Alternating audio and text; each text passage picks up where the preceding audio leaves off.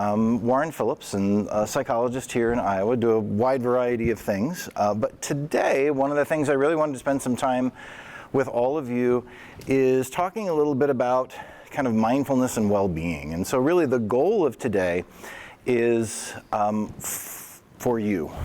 I mean, that is the goal. The goal is for all of us to talk a little bit about what are some strategies that we can use to help ourselves get settled, get centered, get calm when life makes it difficult. I don't know. Does life ever seem to make that difficult for anybody? So that's really the goal. Now, everything that we're going to talk about, I'll sort of preface this with, yes, we are going to play with some things specifically that you can do as caregivers and parents and folks in your role. But everything that we're going to do also you can do with your children. And you can adapt it, and we'll play with that a little bit. You can kind of adapt some of these for kids of any age. And in fact, pretty much everything that we're going to talk about, if you do this with your children, my emphasis is going to be to do it with your children. Even when I work directly with kids and help kids and teenagers develop skills, I always want everybody in the family to know the skills and to be doing them together, because that's what makes them work better. So that's the goal for today. All right. So we'll start off, and we might as well, I figure, talk briefly about the elephant in the room, or in this case, the giraffe. But what are some of the challenges? Anybody experienced any challenges over the last year that maybe add stress to your lives or make you think, wow, a little bit of well-being might be amazing once in a while? What are some of the challenges folks have? Yes? I think one of the challenges for me is, in addition to my daughter having autism and being on the spectrum, she has complex medical issues as well. Mm-hmm. And so I am so busy trying to keep her centered and calm, and that I feel like there's not a whole lot of time for me to even try to practice mindfulness. Absolutely. Yeah, and I'm sure, the content might be different, but I bet every person in this room can share with that idea that, when you've got a child who's got some struggles, might be autism, might be something else, but also when there's some additional medical complications, we're all so busy just trying to help our kids get centered, stay centered, get their needs met. Makes it hard for us to get our own met. Absolutely. So thank you for sharing that. What else? What are there other challenges that folks would say that have come up over the last year that you feel like? Yeah, finding childcare, right? That was already tough prior to the pandemic. But one of the things that I think, and some or all of you may already be aware of this, but one of the things that's happened during the pandemic and post-pandemic is a lot of times the part-time child cares that were there are no longer there. And so it's either nothing or full-time for many, many child care experiences, which makes it incredibly expensive and difficult for folks. I've run into this with many, many people. So absolutely. Other challenges that you feel like are happening? Yes? I didn't realize until the pandemic started that a lot of my mindfulness is done outside the house. All of a sudden I was like, what am I supposed to do in the house that I can practice mindfulness and still make sure my kids are taken care of. And Absolutely. sounding them out while I'm doing my mindfulness and stuff. So that was a big challenge for me. Yeah. It's fascinating when things like that happen, right? And then you discover, wow, I've done mindfulness, but I don't know how to do it inside the house. I've always done it outside. How do I adapt? How do I adjust? So today, I'm sure you probably have already figured out some ways, but today you'll have some more ways, I hope, for inside the house. Excellent. Yes? Dealing with the schools. Yeah. Horrible challenge. schools and lots of systems, right? Many systems. You know, those systems have challenges themselves. They present challenges. So yeah, that can be really challenging. You bet.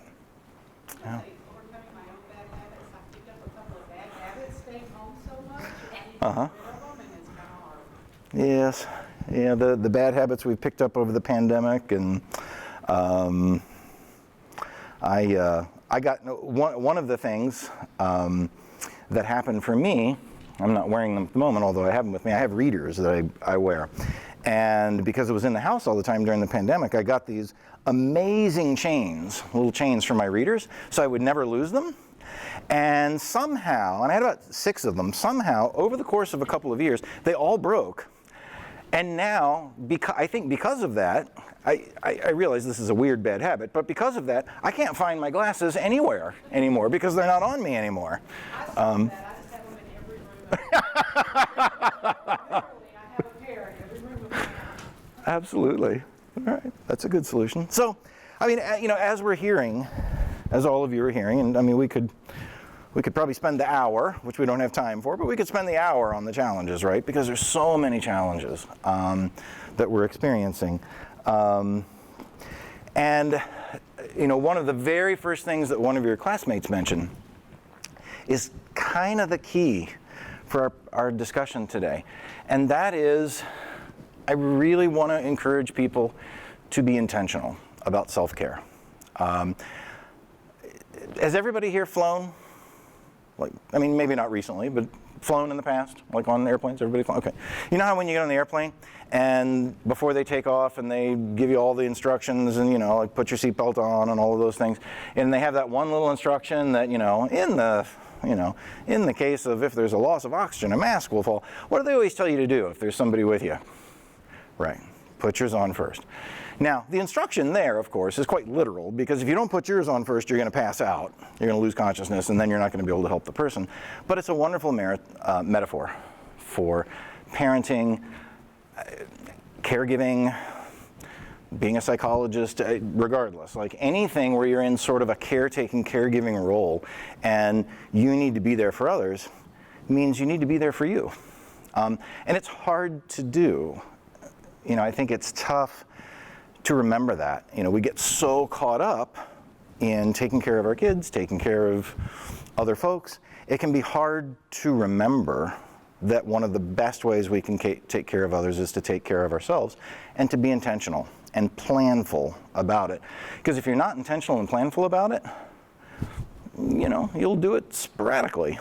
That's just how it'll work. That's just how things go. So our goal is to begin playing with some different ways. I am curious how you're all handling stress now, because I'm sure everybody is handling stress already. You all have some coping skills that you use. What kinds of things do people do? What do you all do right now? Take a walk. Yeah. Breathing. Excellent. Yeah. Taking a walk, breathing. What else? What else? Exercise, absolutely.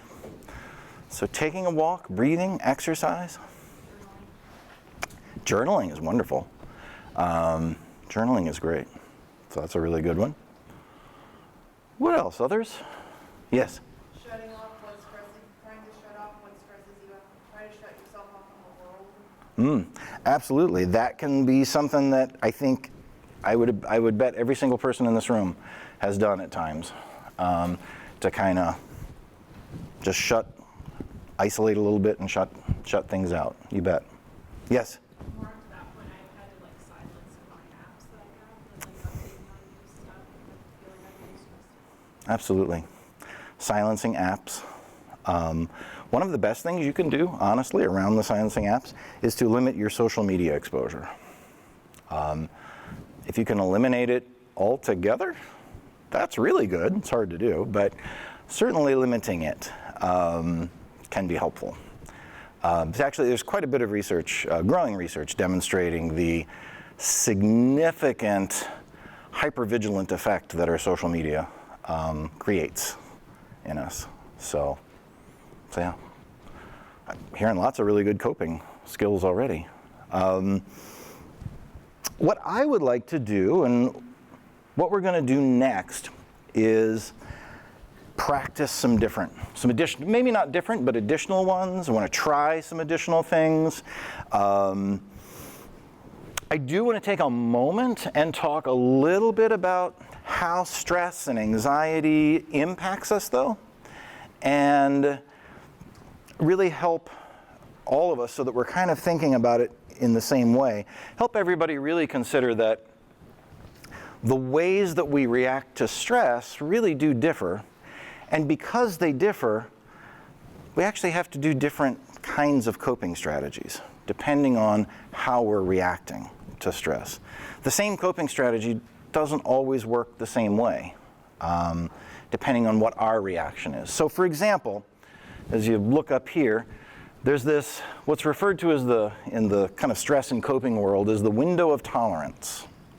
And the window of tolerance basically says that there is a window of stress tolerance that's pretty normal.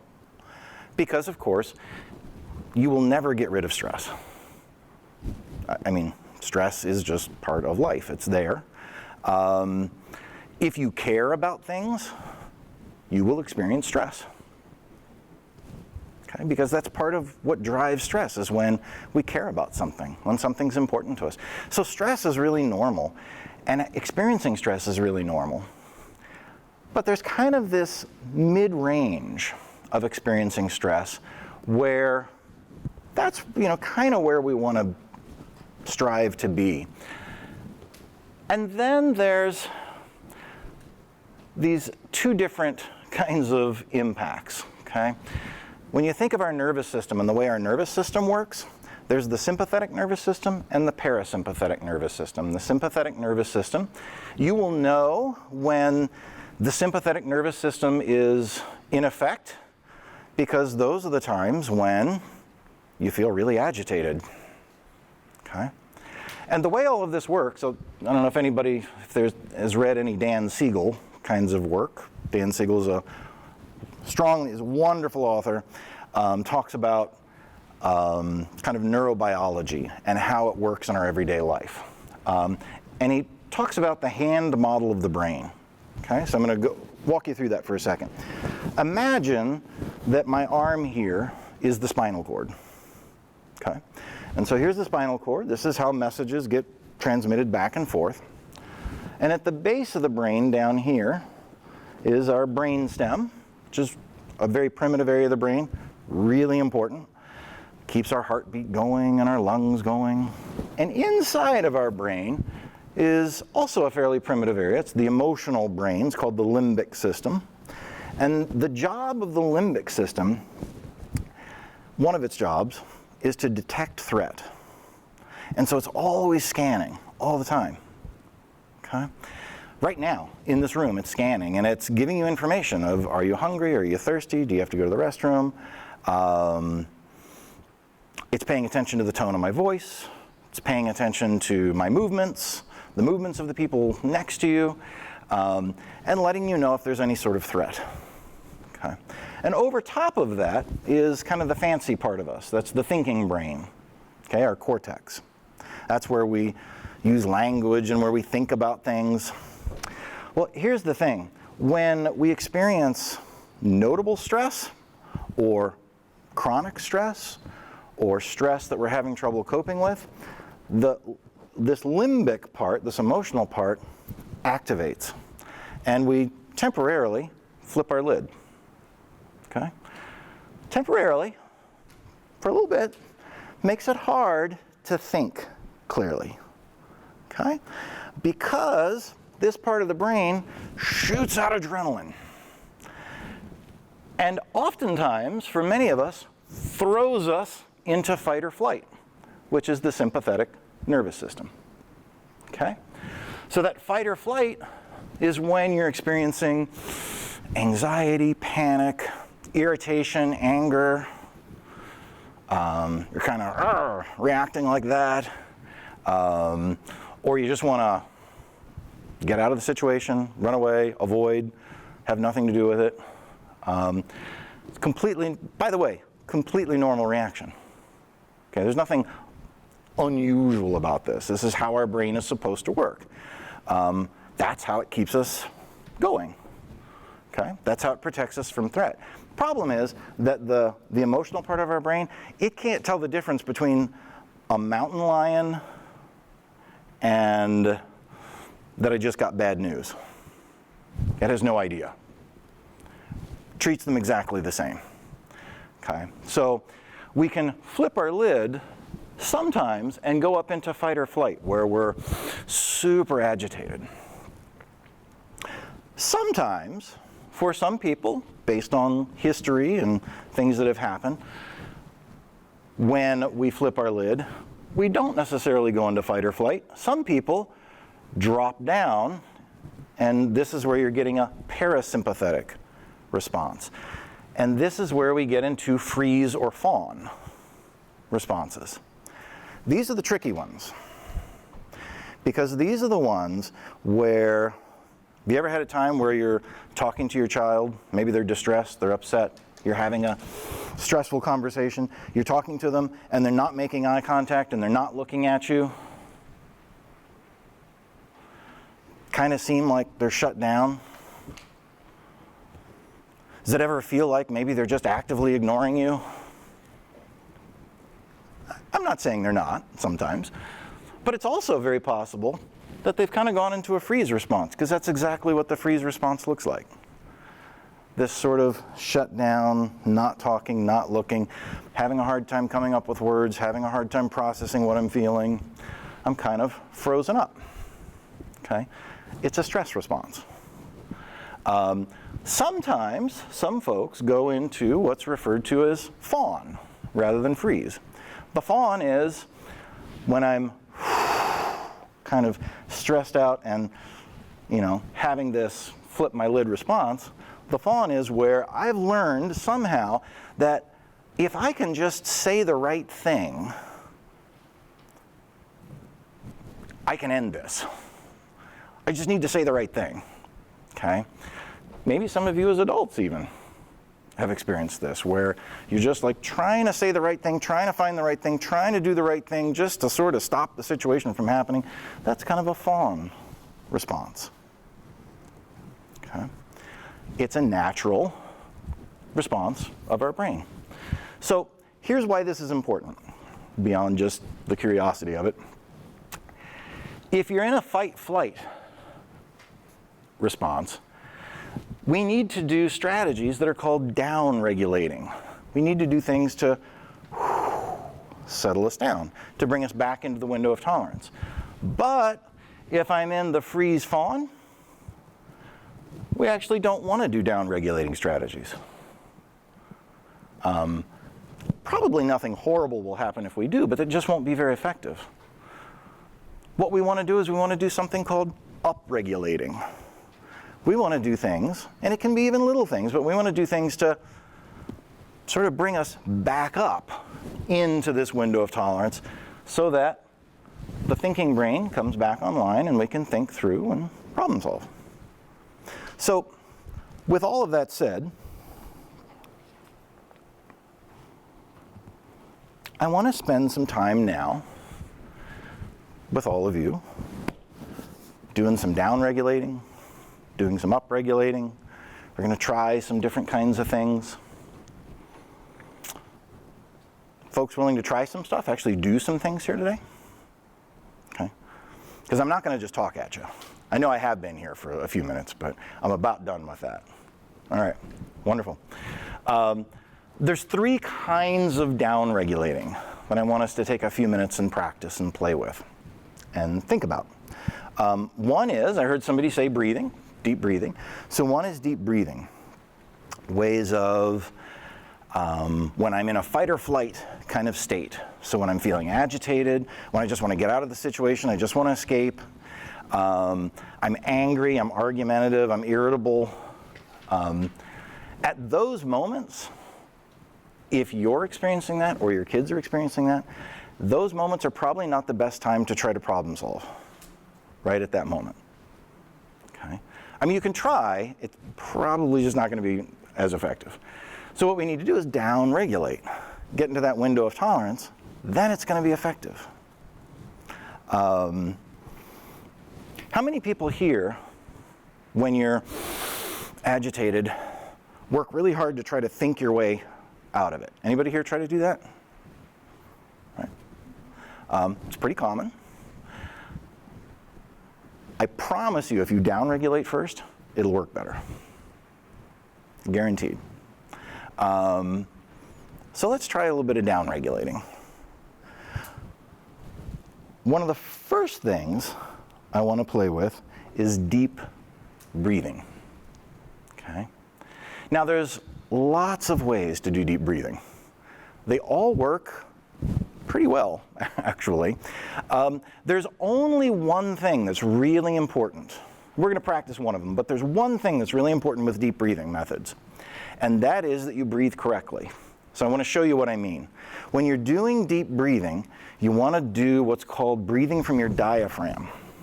Any singers in the group? All right. Have you ever done these diaphragmatic breathing exercises? Okay, so you know exactly what I'm talking about. You want to breathe from your diaphragm. So easiest way to do this, I'll show you, is if you put your hand on your stomach. Okay, so I'll ask you to put your hand on your stomach. Just make sure we're breathing correctly. When you breathe in through your nose, you're going to fill up your lungs fully. And so when you breathe in through your nose and you fill up your lungs, your belly, your chest will come out, and so your hand will come out. It'll look like this. See how my hand went out? When you breathe out, you're going to empty your lungs, and your hand goes in. So it'll look like this. Breathe in. Breathe out. That's a nice diaphragmatic breath. Now, both the breathing in and the breathing out are important. I will say this. The breathing out is maybe slightly more important than the breathing in. Here's why. We want to really work to empty our lungs, because if we really work to empty our lungs, so just try this with me. Okay, breathe in. Now breathe out. And breathe out again. Your lungs are now fully empty, and they will automatically refill very, very quickly in that deep way. When people have panic attacks, not 100% of the time, but the majority of the time, part of what's causing and maintaining the panic attack is they're not fully emptying their lungs. And this is why many people with panic attacks will say they feel like they have a shortness of breath. Well, they sort of do, because they haven't emptied their lungs. And so one of the things we teach people with panic attacks is this diaphragmatic breathing. So to breathe in and to breathe out really fully. And when you do that, it will empty those lungs out. So that's the only sort of right or wrong with deep breathing, is just to kind of play with that. Now, with that said, there's many ways to do this. I'm going to teach you what's called box breathing. And so box breathing is, it is a method, it's a technique of doing deep breathing. There's many, but this is one, it's very effective. And the way box breathing works is, you breathe in for 4 seconds, then you hold it for 4 seconds. Then you breathe out for 4 seconds, and then you hold it for 4 seconds. And that's one breath, that's one cycle. Okay? Now, I have done this with some folks, and they've said, wow, 4 seconds is too long. Fantastic, do it for 3 seconds. Like, that's totally fine. There's nothing magical about the 4. So 3 seconds works well, too. But definitely breathe in slowly, hold, breathe out slowly, hold. So shall we do this one together? Okay. All right. So, and you can just follow my fingers. Okay? So I'll do the count. So let's breathe in. Hold. Out. Hold. Breathe in. Hold. Breathe out. Hold. Okay. That's it. That's box breathing. Anybody can do this. I've taught this to 3-year-old children. Anybody can do this, of any age. So that's one way. What are some others? Can you think of other ways to kind of do deep breathing that might be fun? Or, yeah. I'm an autism therapist stuff in Wisconsin, and we do blowing out candles. Absolutely. So we have them like we'll hold up however many fingers, Mm-hmm. and we just have the blow towards our fingers, and as they blow, we put the fingers down like they're blowing out the candles. Absolutely. If we're using it as a calming mechanism, like if they're anxious about something, we'll like have the candles magically pop back up to try to get them to continue breathing if they're really worked up. You bet. Sometimes we'll just go through it once. We'll do like, we'll also do like smell the flowers, Mm-hmm. blow the candles to get the breathing in, and then they blow out the candles to blow out. Yeah, that's wonderful. I think those are great ones. And I'll sometimes, again, if you do these with your kids, I encourage you to do it with them. And sometimes parents will ask, or they'll say, well, but what if my kids refuse to do it? That's okay. Go ahead and do it yourself. Yeah, we usually we'll hold the candles for us and have them Mm-hmm. candles for them, and we'll do it together. Absolutely, yeah. So those are wonderful ones. I love the birthday candles and the smelling rose. Magic candle that just pops right back up. That's right. And sometimes we'll even let them pick if they're really anxious, upset, or whatever. We'll do you want to do 3 candles or 4 candles, and let them pick. Mm-hmm. That gets them to focus on that too, and get their thoughts away from whatever to make them upset. Absolutely. Yeah, so those are great ones. Any others that people have played with, tried, that you like, that you want to share? I have a problem with this, just not what you're saying. Mhm. My 18-year-old autistic son with ADHD and anxiety is kind of constantly in this sympathetic nervous system Mhm. place. But since he was a baby, we've been doing this deep breathing stuff with him.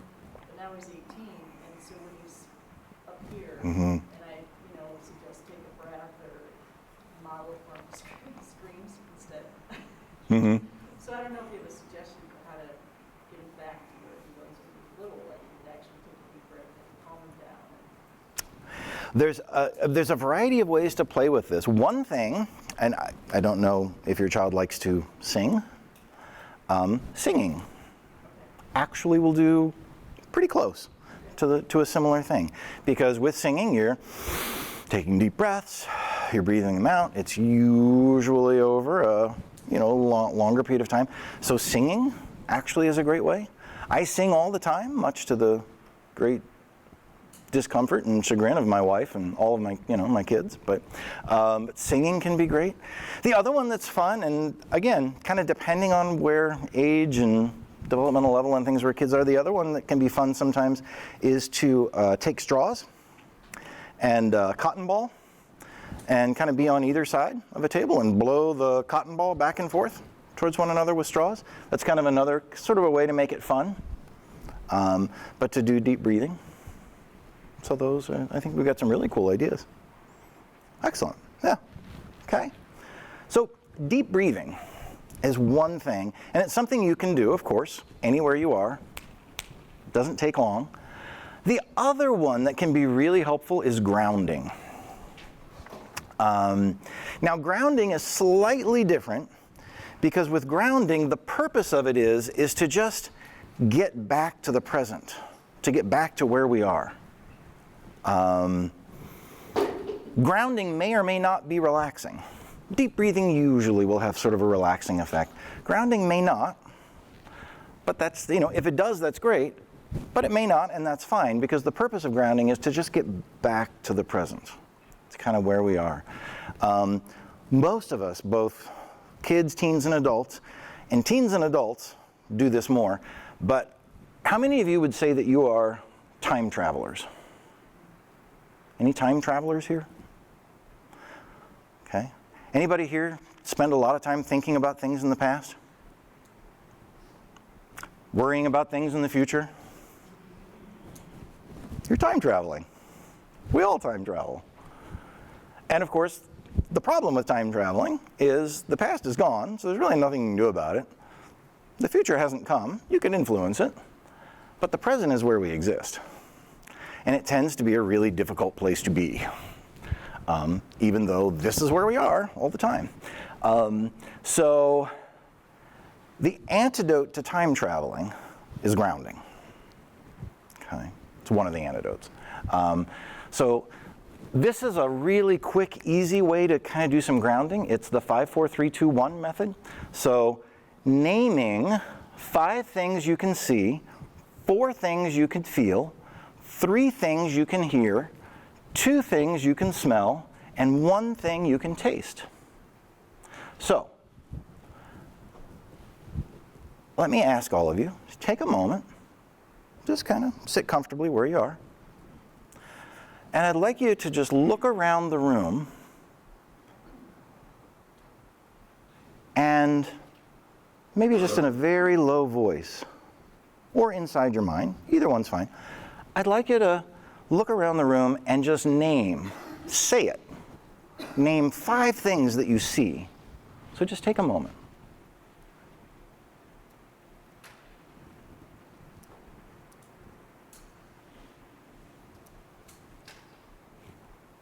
Okay. Now, I'd like you to take a moment and tune in to 4 things you can feel in your body, or feel with your hands by touching. So name 4 things. Like I feel my shoulders and my feet on the floor. Feel my jacket against me. Feel my back.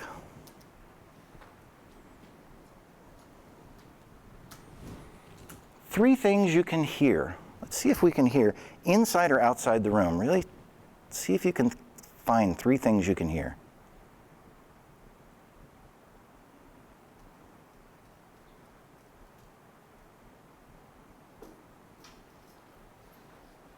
All right, Deb just gave me my 3rd, which is perfect. Last 2 are probably the toughest. But let's see what we can do. 2 things you can smell. See if you can notice 2 things you can smell.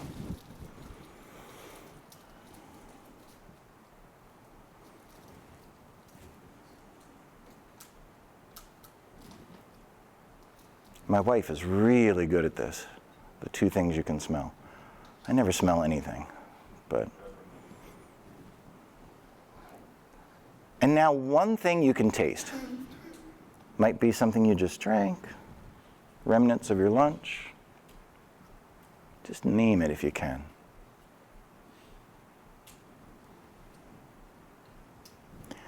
So what do you notice as we do this? What pops up for you?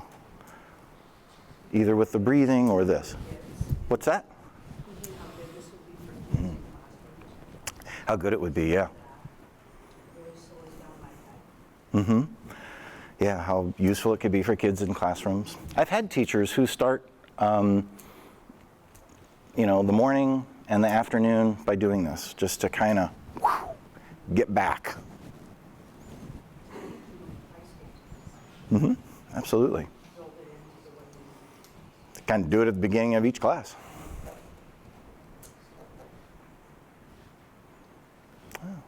Anybody else notice anything as you're doing any of these? The breathing or the grounding? I'm not thinking about other things. Yeah. Wonderful. Wonderful. What's that? Yeah, kind of engages things.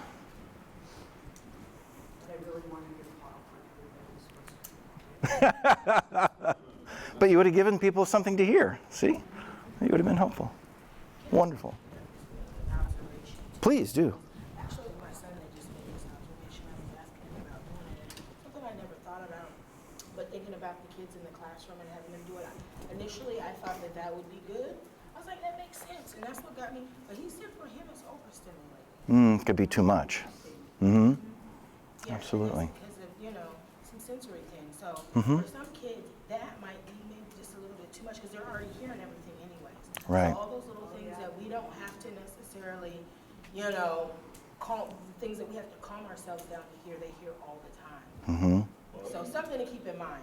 No, I think that's a wonderful point. Can you change it instead of hearing three things? Is there one thing? Would that be too much then? Just asking for one thing? To focus on one thing? Maybe, but I think everything else will still come in. Mm-hmm. I don't know. I'm sorry. I didn't mean. No. No, it's good.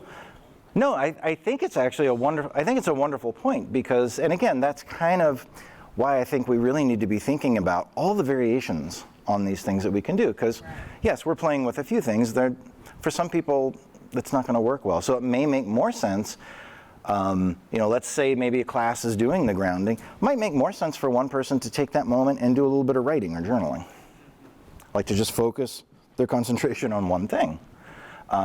That might be the best kind of grounding at that moment. Absolutely. Yeah, kind of decrease some of the stimulation. You bet. So I think that's a wonderful point. Thank you. It's something that hadn't occurred to me either. Mm-hmm. But I just, Absolutely. One size fits all. Cool. Please reject it. What's that? Oh, sorry. Yeah, and I know for him, it's doing. Mm-hmm. He's getting a lot out of what's going on right now. He's picking up, but he's also seeing the doing. Mm-hmm. That keeps him focused Absolutely. and grounded in place. It's actually called incidental learning. But all the rest of that isn't raising angels as much. Yeah, for some folks, it works better to be focusing our attention on something else and to be picking up information that way. I've actually had several adults, when I've taught college, who, will sit and I had one person who brought her knitting and would focus on knitting and focus on cross-stitch kinds of things. She did great in the class, but that's what worked the best. So absolutely, I think different things. You bet. Wonderful. So one more to play with for just a moment of down regulation strategies, and that's playing a little bit with positive self-talk. So here's the idea with positive self-talk. There's nothing magical about this. Okay. The idea of positive self-talk is that particularly when we're stressed, when we're anxious, when we're frustrated, we have a tendency to get caught up in all kinds of negative self-talk. That can take us over pretty easily. And it can be challenging to not listen to that. Because we all have a tendency, without even realizing it, to believe what our thoughts, what our mind sends us. Okay? Rather than realizing that they're thoughts. They're not good, bad, right, wrong, true, false. They're thoughts. But we all have a tendency to sort of buy into them and believe them. All of us. Me included. The reason positive self-talk can be helpful and the way it can be helpful at these moments is if you can have kind of one mantra that is true for you, that you can feel comfortable with, that you can intentionally use at those moments when you're feeling stressed, it can actually help to settle things down a little bit. As you mentioned just a moment ago, engage your brain. And so it can kind of help us to just come down. So I'm not encouraging you to argue with the negative self-talk. Okay, I'm not encouraging that because actually the research would suggest that doesn't work very well, interestingly, even though psychology spent about 35 years focusing on that, but it doesn't work as great as we had hoped. Arguing with the negative self-talk, like that's not right, and coming up with evidence against it, doesn't kind of do what we had hoped it would do. The reason this works is it's kind of a mantra that we can just use to focus our concentration and attention at those moments. So what I'd like to ask you to do, if you wouldn't mind, is to take a couple minutes at your tables and just chat with each other about what's a mantra that could feel genuine for you when you think about your life. What's something that you feel like, particularly when you're stressed, you could say that would be genuine for you, and you could remind yourself of? So take a couple minutes. See if you can assist each other with coming up with this.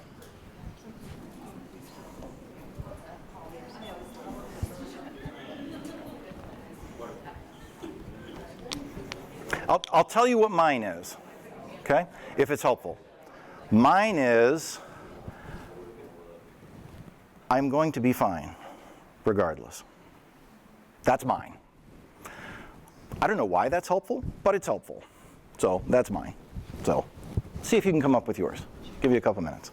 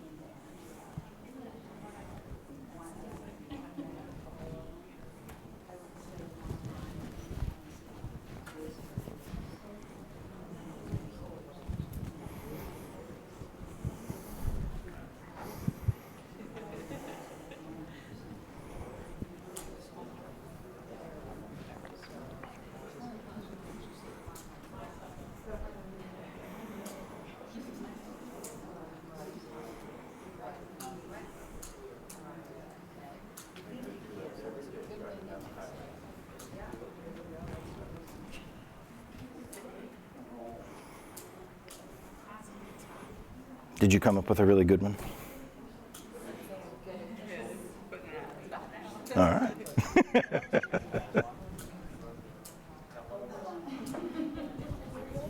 What was it? You can do it. I like that one. And it's true, too. Because you can do it. Wonderful. Cool.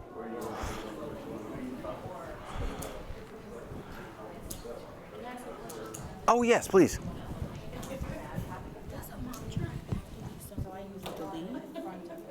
Something that feels genuine. Something that feels genuine. Well, yes, actually, that's a wonderful idea. If you have something that doesn't feel genuine to you, what's something that you, if somebody else, a friend, a loved one, was hurting, was in distress, what's something that you would say to them? Say that to yourself. You deserve the same. So that's a good way around that one. Yeah, absolutely. All right. If you can hear me, do jazz hands. All right, excellent, excellent, excellent. Would folks mind, don't have to hear all of them, but maybe like one per table, like one mantra? It's not a requirement, just a if you'd be willing.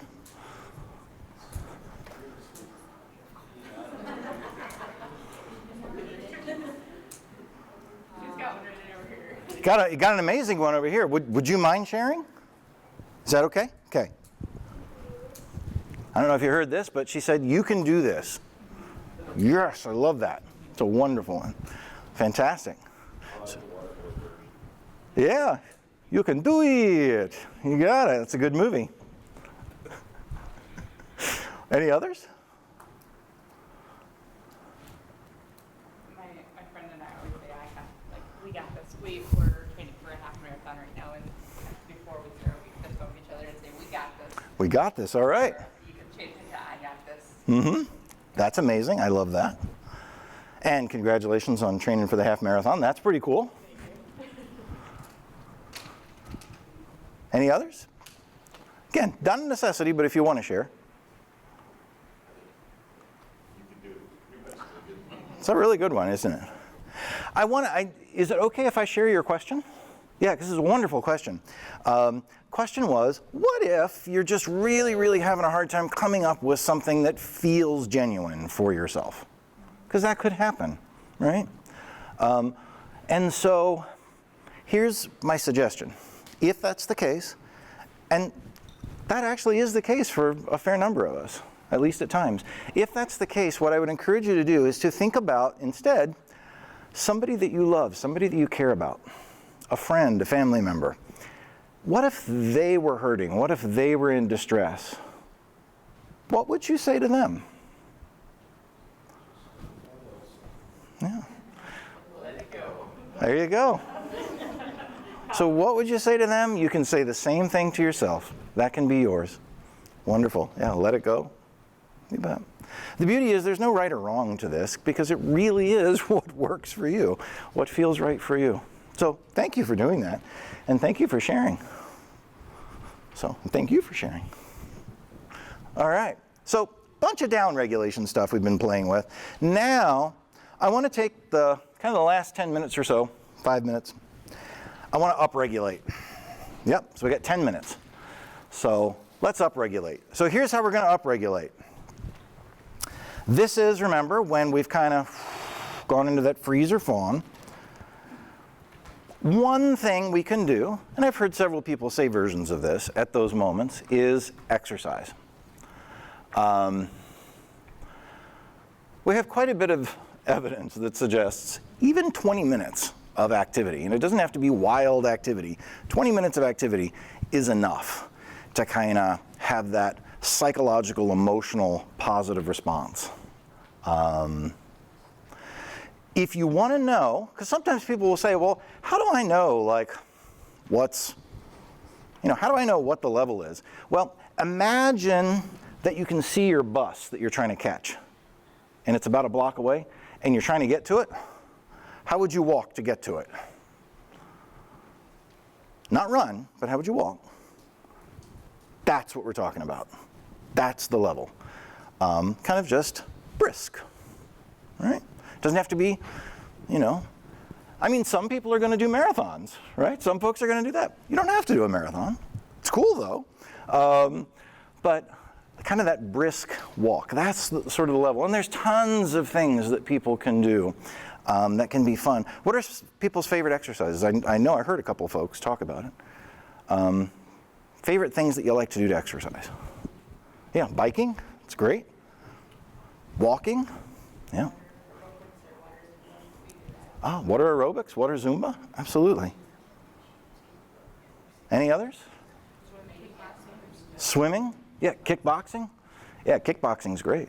And again, a lot of these, maybe not the swimming, but the kickboxing, like you can do that anytime, anywhere, right? The walking, the different kinds of things. Anything else? Basketball, yeah, go out and shoot some hoops. You betcha. Any others? Anybody here dance? Can be a great thing to do with your kids. Dancing.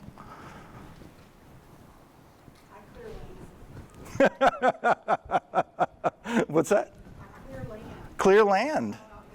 There you go. You could clear land. If you have land to clear, you betcha. Point is, all of these are upregulation strategies. When we're shut down, feeling shut down, any of these will help bring us back up into that window of tolerance. And they can be, doesn't have to be for 20 minutes. 20 minutes is great, could be 10 minutes, and that will have an impact. There's also some really cool yoga kinds of things that we can do. There's a little video. I'm going to skip the video and just do it with you now. You will get to experience my amazing yoga skills with you. All right, can I have everybody stand up?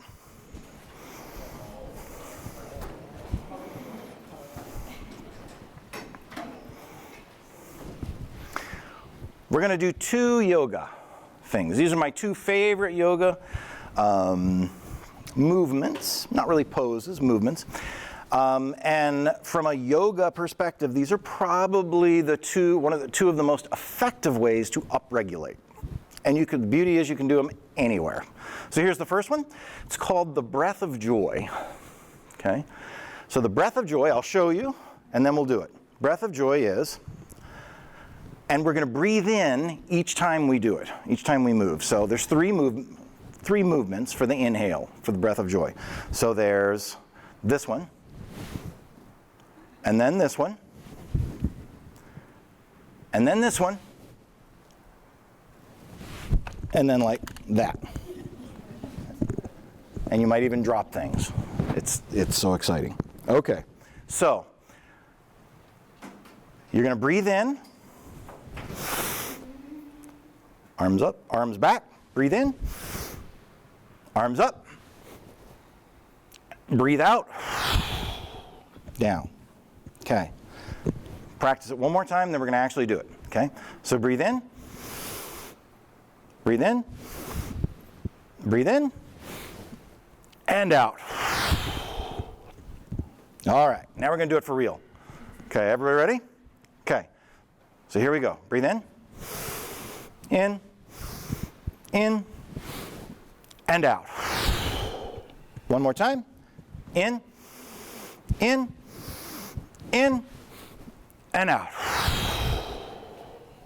That is the breath of joy. Okay, pretty straightforward. Tends to be very upregulating. Next one we're going to do is the milkshake. Okay? It's less shaky than it sounds. But the milkshake. Here's the milkshake. Milkshake is, you're just going to spin, and you're going to look over your shoulder as you spin. So you're going to look over your shoulder. So arms out, gently spin, go over your shoulder. What kind of milkshake are you? What do you think? Strawberry. Cool. Chocolate. Woo! What else? Vanilla with Reese's Pieces. Fantastic. All right. That's good. Those are two quick upregulation strategies that you can do. Okay? One last thing that I'm going to encourage. You could sit down if you want, or you could stand. How did that feel, by the way? Doing the kind of the breath of joy and the milkshake. What was that like for folks? Yeah, it's kind of nice to move. Anything else? So just to let you know, I really honestly do try to practice what I preach. Really do. So like the box breathing, I do that every day, here and there, throughout the day. The breath of joy, I do that every morning. Like I said, I sing, much to the distress of my family, every morning. The milkshake, I won't say I do that every day, but I do that once or twice a week. In between meetings or different kinds of things. These are ways to just kind of get ourselves settled back into that window of tolerance. Now, the other thing that I want to encourage everybody to do, and this is more of a prevention strategy rather than an in the moment, there's an exercise called the 3 blessings exercise.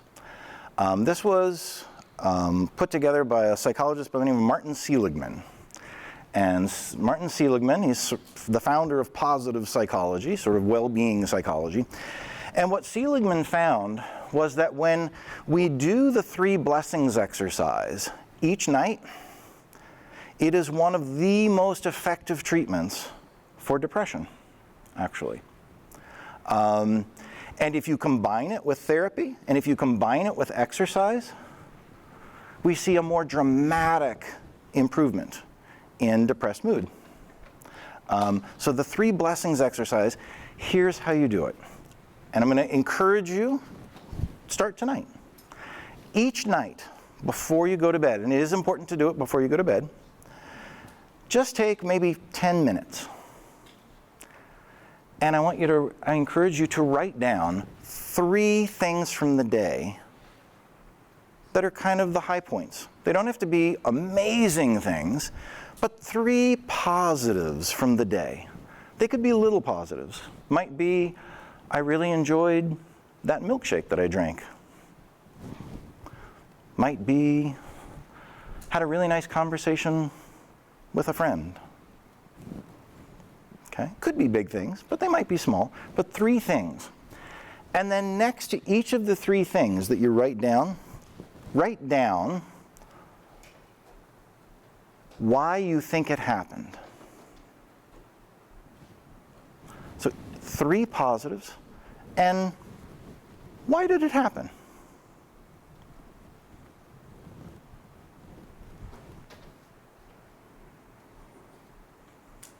And if you do that each night, it can be just a way, it's kind of a way to just help expand that window of tolerance a little bit so that it's a little more stable. Okay? So here's what I'll ask you to think about. Oh, sorry. I'm sorry, could you spell the name of the gentleman? Oh, yes, you bet. Martin Seligman, Seligman. You betcha. So what's one thing that you think folks think they might try from today out of all the things we've talked about? What do you think? What's one thing you might give a shot to? What do you think? I was going to say the milkshake. The milkshake, yeah. Yeah, that actually felt really good. All right. My body. Uh-huh. So that kind of helped some. Cool. Wonderful. I got some others too, but I'm going to say other people's ideas. Anybody from this table? What's one thing? I like this exercise. I do gratitude, but I think this takes it to a little bit deeper level. Mm-hmm. So I really like that idea of maybe going in a little bit deeper as to why you thought it happened. You do need to write it down. It's the other piece. You can type it, you can write it, but it does make a difference. I don't think we know 100% why, but we do know it makes a difference. To write it down. Excellent. Any others? Maybe one more that somebody's going to do? You're willing to be intentional about? Are you going to try your mantra? Are you willing to do your mantra? Like, I can do it? All right, cool. Wonderful. Excellent. Well, then we will wrap. But if you have questions for me, here's my contact information. So feel free to call me, email me. If you have a phone, you can actually bring your phone up, put a little camera up to that thing, and get a copy of this card, but you could just write it down too. So if you have questions, please feel free to reach out to me. I'm happy to share additional strategies or ideas or help you get connected with resources, whatever might be helpful. So, thank you so much. Please make sure you leave your feedback forms just in the middle of the table. We really want to hear from you. Have a wonderful rest of your afternoon, everybody. Enjoy. Don't forget, turn in your raffle. Very few have been turned in. You have high odds. $1,000 worth. Let's do it by 2:30. I think so. Yeah, and we'll pull it and announce at the last, at 3 o'clock. The very last Have fun. one didn't show up today, so. You bet.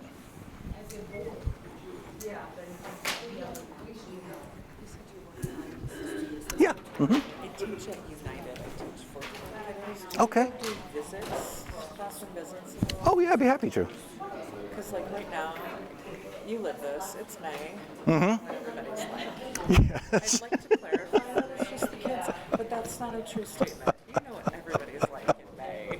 Absolutely. And I thought that might be just something kind of interesting because our counselor had a baby, so she was on maternity leave, and she has been talking about the limbic system and Oh, stuff yeah. like that with my students. And since she's gone and we have a sub, you know, it's different. Sure. But I don't know how your schedule works and such. Yeah, I mean, it's more Tuesday, Thursday mornings have cleared up for me a little bit because Iowa State's done, so I'm not teaching on Tuesday, Thursday mornings. Is that something that you might be interested Oh, I'd be happy to come do that, yeah. if you're like, not my hat, 10-year-olds, no way. I teach 4th grade. Oh, yeah, that's no problem. But if you'd like to come, I would like to welcome you to That'd be great. chat about some of that. Our big thing is happy baby. Okay. That's what we like to do. But if Happy you can baby? add some of these, as opposed to me having to look at everybody with their heinies up in the air, that would be fabulous. Absolutely. We could do that. I'm also happy if there's a little spot where we can move. I'm happy to do robot ragdoll to red light, green light, and give you a very relaxed group. School on the prairie, so we've got a lot of outdoor space. Okay, perfect. So if that's something you'd like to do, is it okay if I call you? Please, yeah, please do. My name's Tina. All right. Nice to meet you. It's nice to meet you too. Thank you. Yeah, you bet. Thank you for your presentation. Oh, you bet. Thanks. You bet. Have a great afternoon.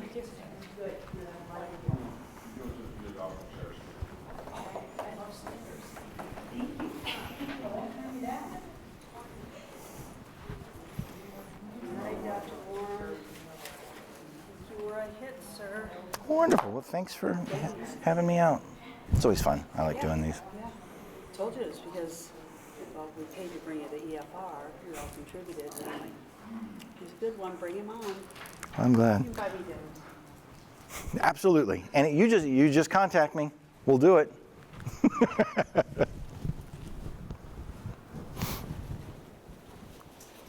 you very much. It was wonderful. Oh, thank you. Have a great rest of your day. Where are you located out of? Kind of up and down central Iowa. We have offices in Ames, Ankeny, and West Des Moines. For our conference next year, I work with the blind and visually impaired across the state. Oh, yeah. And we do a spring family conference every year. Oh, absolutely. This would be great for our parents to Yeah. no different. Mhm. Same group of people, just specific.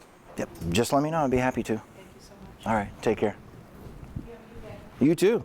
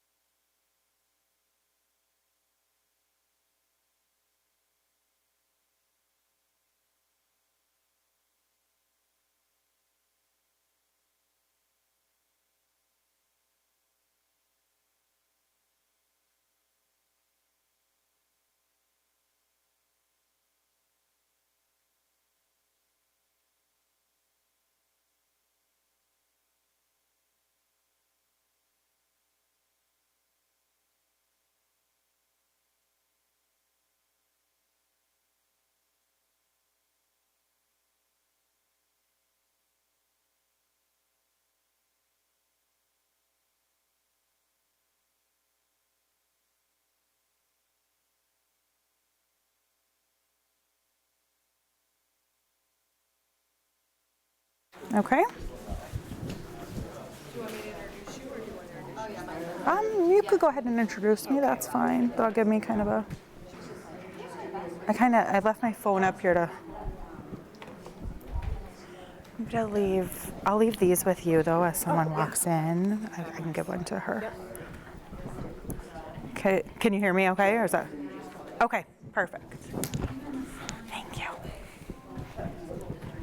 I was actually only expecting like 5 or 6. I wasn't expecting that many. So, well, I'm starting to feel that after a few of them that brought it up. So, All right, welcome everybody. We're going to get started, and we have Melissa Timmer with us here today. Melissa lives in Adel with her husband and 3 children. Her oldest child was diagnosed with autism in 2009, and prior to becoming a mom, she attended the University of Northern Iowa and worked as a direct staff supervisor for children and adults with disability services. Which, you know, I think that happens a lot for us. It's like, Cosmos picked us. I do think that. We start with the passion and we end up the parents. Yep, I agree. So over the years, Melissa has dedicated her time to advocating for her son in the classroom by reading books to his peers about autism so they would understand him better, attend training opportunities, and be involved in community activities and events with those with different abilities. That led her to work as an independent support broker in response to the lack of reliable support brokers and that understood the background of HCBS waivers and the Consumer Choice Option Program. Today, Melissa serves more than 130 CCO members as an ISB. So she definitely knows her stuff, and I'm so excited that you're here today because we've had her do some webinars for us before, and you are about to tap into a very amazing brain who knows a lot about these things. Thank you. So I'm very happy that she's here. Thank you. So, hi guys. I have to say that this is the first time I've spoken in front of people for probably 4 years. So I've done, like I said, a few webinars and virtual or in front of like the school district. I substitute for the ADM school district, and I've spoken to a lot of their resource teachers that are attempting to help the parents with their Medicaid services at home. But actually speaking in person, it's hard to kind of go back to it. You have to adjust, so there's butterflies. But like she said, my son Bryson was diagnosed when he was 3 years old. Lucky for me, I worked in the field for a while before that, so I kind of knew how to maneuver the system a little bit. We were just talking about the waiting list for waiver.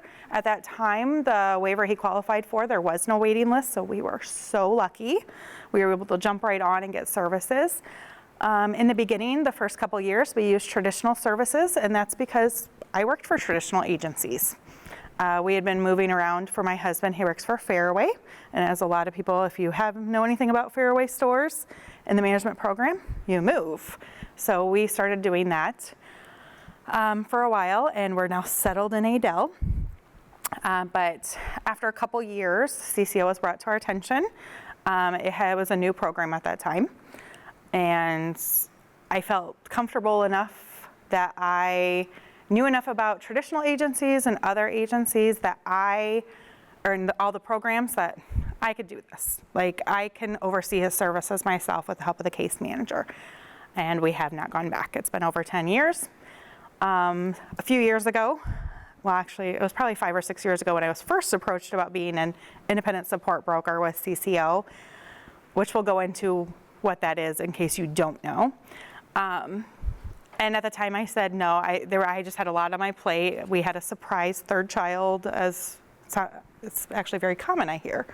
But there's just a lot going on in our lives, so I had said no. I just didn't think it was the right time. And then about 3.5 years ago, I was reapproached by 2 case managers that were friends, and then my son's case manager, and they're like, we're struggling with the ISBs that we have for our members.